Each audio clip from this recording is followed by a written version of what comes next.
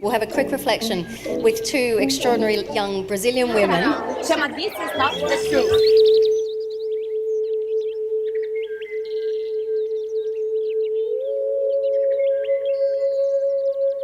So we are talking about contradictions and staying with the trouble. We are in the midst of a profound change of paradigms. Why do we keep on going in a non-sustainable direction? We're deeply embedded in a planet which is actually our own body. The ideas you're experiencing have been framed, and maybe you don't agree with that frame. So a new paradigm is a heart paradigm. This requires a completely different engagement with the world, and the world we understand is one of collaboration. Perhaps it's time to enter some sort of decolonial time zone.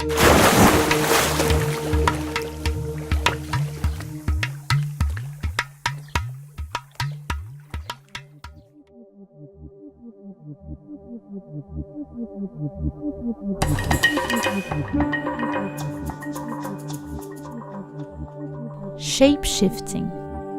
Shape-shifting time and perception. Hosting the future in the stick present. Shape-shifting to imagine. But are we really free to imagine? Are we able to see what are the forces that oppress our imagination? Why are they there? Where can we look for its foundations in order to unpack them? We should start by looking underground, searching for roots, or the lack of roots. In this case, the separability between humankind and nature. Da ilustração da casa, é uma casa da modernidade em cima de um planeta. E a casa está excedendo os limites do planeta. Ela está ficando tão grande que ela excede o limite do planeta.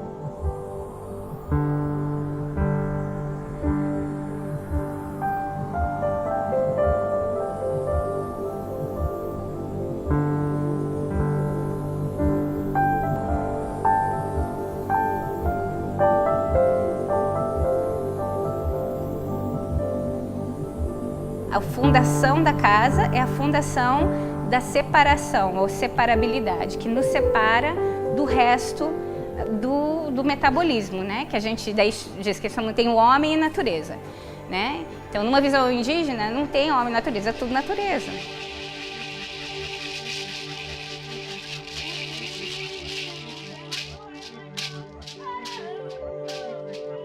Mas essa fundação da casa é a separabilidade. Tem eu e a natureza. Eu sempre quis tentar fazer uma continuidade entre nós e a Terra, porque essa situação da ciência que está sendo criticada aí, né? É porque para você fazer ciência você tem que se retirar da paisagem.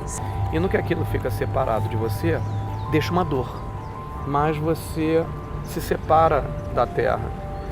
E então a ideia é que está na Terra, porque a Terra somos nós, né? Então eu estou pensando muito nessa questão da barriga da Terra. O que é a barriga da Terra? Se a barriga da Terra é o que está dentro da Terra mesmo, mas se isso já é a barriga da Terra, a própria atmosfera já é a barriga da Terra, sabe? A questão da dor não é só a dor dos grupos que foram desmembrados, né, desse corpo coletivo que a gente tem. A dor é do corpo todo. E chega uma hora que o corpo sente a dor e não consegue mais anestesiar. O que a gente não consegue lidar é com o medo da dor, né? A gente tem desespero frente ao medo de lidar com essa dor. E para lidar com dor coletiva, só com coração coletivo, não tem outro jeito.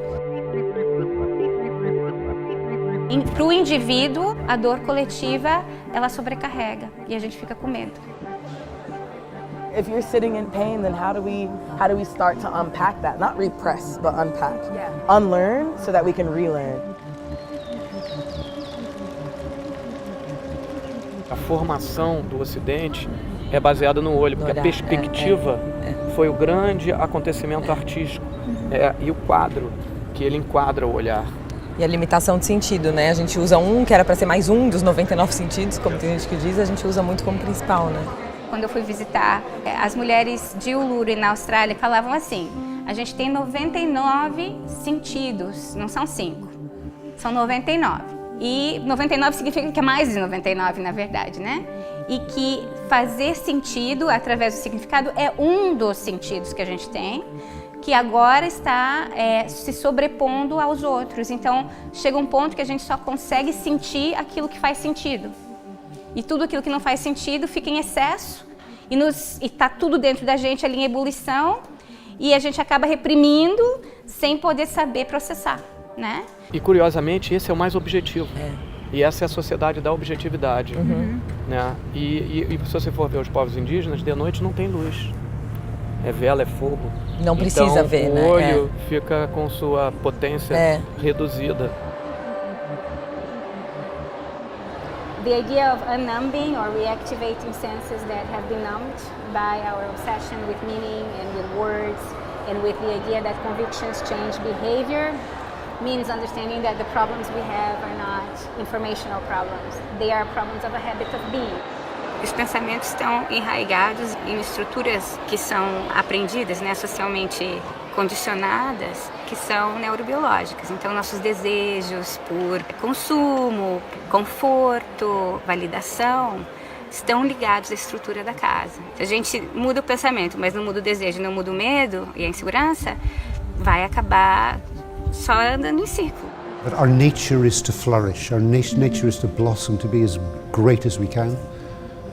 And what stops us is violence in various forms, subtle and overt, within the system that keeps us within that greatness. And again, as an economist, I would come at this in terms of capitalism, that the current system, the current capitalistic system, seeks to keep us as non-participants, as disengaged non-participants, consuming and seeking utility through consumption, consumerism. We need to understand intellectual economies, affective economies, and relational economies so that we can lose the satisfaction we have with what these economies give us. And in that sense, disinvest in it in order to be able to open up our curiosity and the possibility of wanting something else, imagining the unimaginable.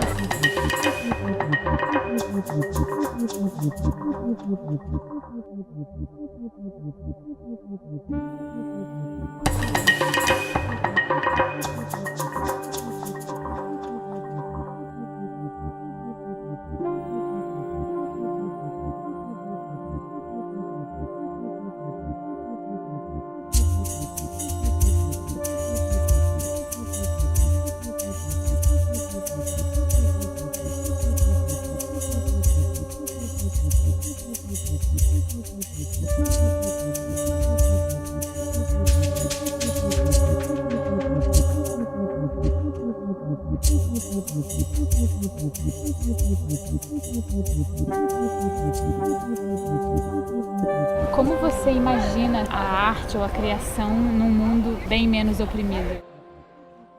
Eu imagino a arte menos arte, com menos necessidade de se autodenominar arte, de se distinguir enquanto arte.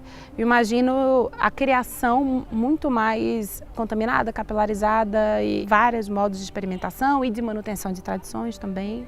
Muito importante, né, pensar desde essas outras perspectivas e pensar que essas coisas que parecem tão resolvidas e tão rígidas e tão cheias de raiz e tão densas, tipo arte, para a gente são construções históricas e, como qualquer construção histórica, vão se transformar, vão sofrer rupturas paradigmáticas e podem vir a dissolver-se lá.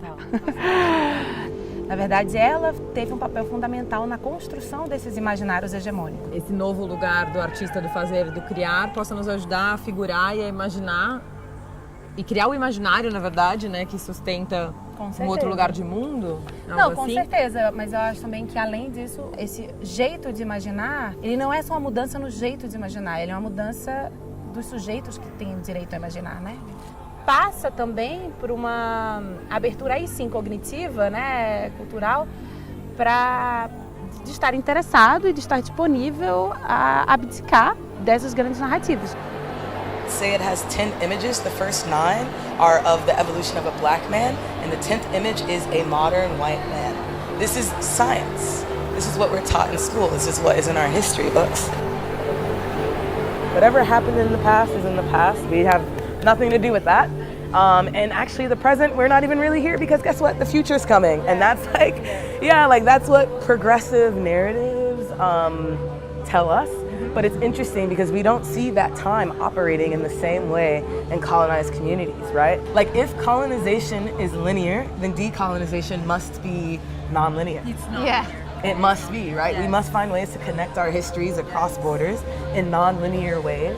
And really it's nothing but the ongoing of our ancestors' dreams and wishes and thoughts, right? Being carried out through us. So I feel like time operates different for the colonial subject than it does for other people, right? So what time is it on the clock of the world?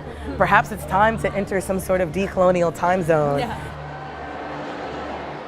E aí fica a questão, a gente arruma a casa, a gente expande a casa, a gente constrói outra casa, demole a casa, acha outra casa, de repente sai da ideia de que tem que ser uma casa, não precisa ser casa, pode ser uma oca, pode ser uma casa de um pit house que tem lá nos Estados Unidos, que é a casa dentro da terra, né? Pode viver numa barraca.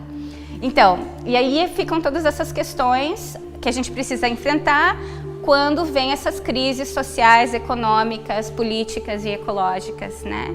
Que a gente vê acontecendo. There's a word for that in Greek, kairos. And kairos means opening, possibility.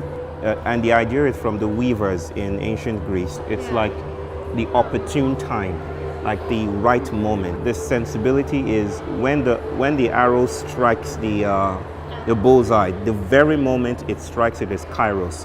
Kairos is like a beautiful contemplation that we are interlaced the world around us. We're entwined with it. And it's not about categorization, which modernity is committed to, or post-modernity as well. It's about noticing that we are entangled with the other. Defeats the whole idea of separability. So we become fragile aspects of a world that is ultimately unknowable. There's a coming together and a falling apart at the same time. Yeah.